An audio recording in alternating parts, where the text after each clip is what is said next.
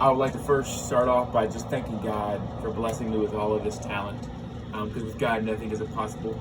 Secondly, I would like to thank my parents, because without you guys, I wouldn't be in the situation I am now. Lastly, I would like to thank my teammates, my coaches, my teachers, and my lunch lady, because without you, and Atlanta, and without you, this dream of mine would not be possible. With all that being said, for the next 3 to 4 years, I'll be taking my talents to the University of Georgia. And everyone cheers, everyone claps, and that's exactly how I had dreamed it up for many years of my life. Since the 4th grade, actually, when I started to play football, I dreamed of the moment I would commit to UGA and be the best center to ever play at Sanford Stadium. I actually remember watching the NFL draft and realistically thinking, man, that is going to be you. Go ahead and get your suit ready, because if you've watched the draft before, what they're known for is their amazing suits. So go ahead and get your suit ready, because that's going to be you soon.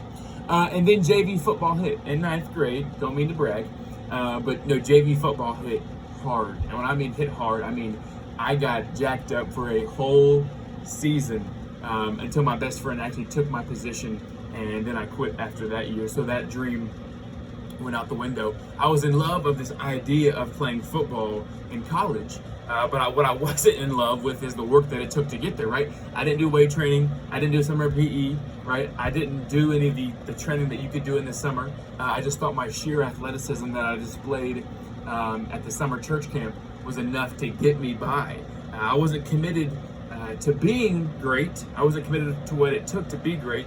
I just like the idea of being great. It's kind of like a New Year's resolution or a birthday resolution, or even the beginning of a school year. We're like, I'm gonna get all A's this year, and then that quickly turns into, hey, all A's and B's is cool, and then that turns into, hey, you only need a 3.0 for hope, and then it's, man, I don't want to do summer school, and then it's like, hey, you know what, summer school is cool. I get to hang out with my friends in the summer and continue to keep that up. We all get fired up about something, whether it's, a new diet plan, or whether it's, getting all A's in school, or being famous on social media, whatever it is, we get fired up about it.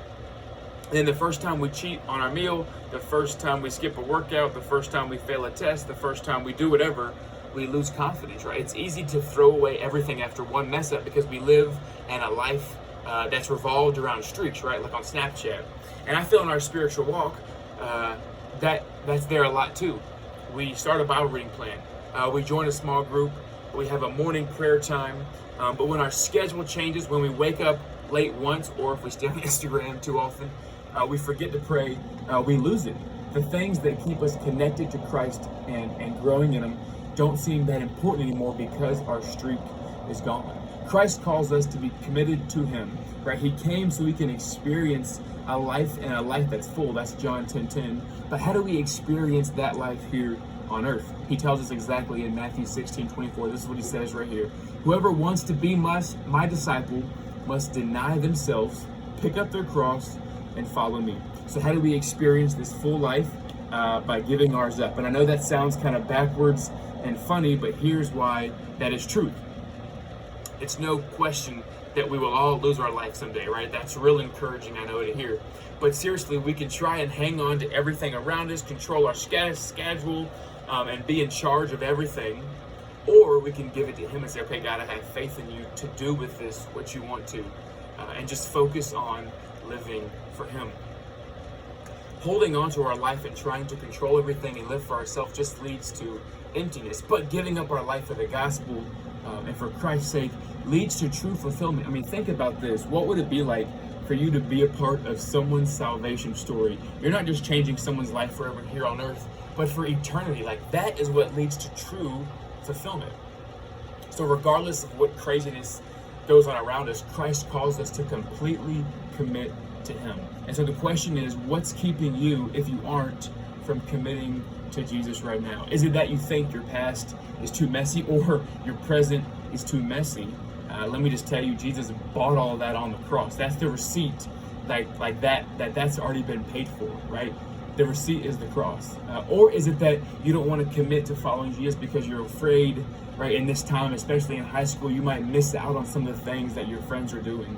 You know how many people have messed up their life trying to do it their own way and not God's way? every single person who has ever walked this earth except Jesus. The day you fully commit to Christ is the day that you will never, never regret. So when we see our commitment to Jesus through, right, we experience the benefit of living a full life, a life full of love, joy, peace, patience, kindness, goodness, faithfulness, gentleness, and self-control, right? Because if you live for the acceptance of others, unfortunately, you will die by their rejection. God wants you to live the fullest life, a life that is full of all those 9 things we just mentioned. And the only way to do that is to give yours to Him. So today, if you haven't, commit your life or recommit your life back to Jesus. Be on the lookout for our July calendar soon. Can't wait to see you guys.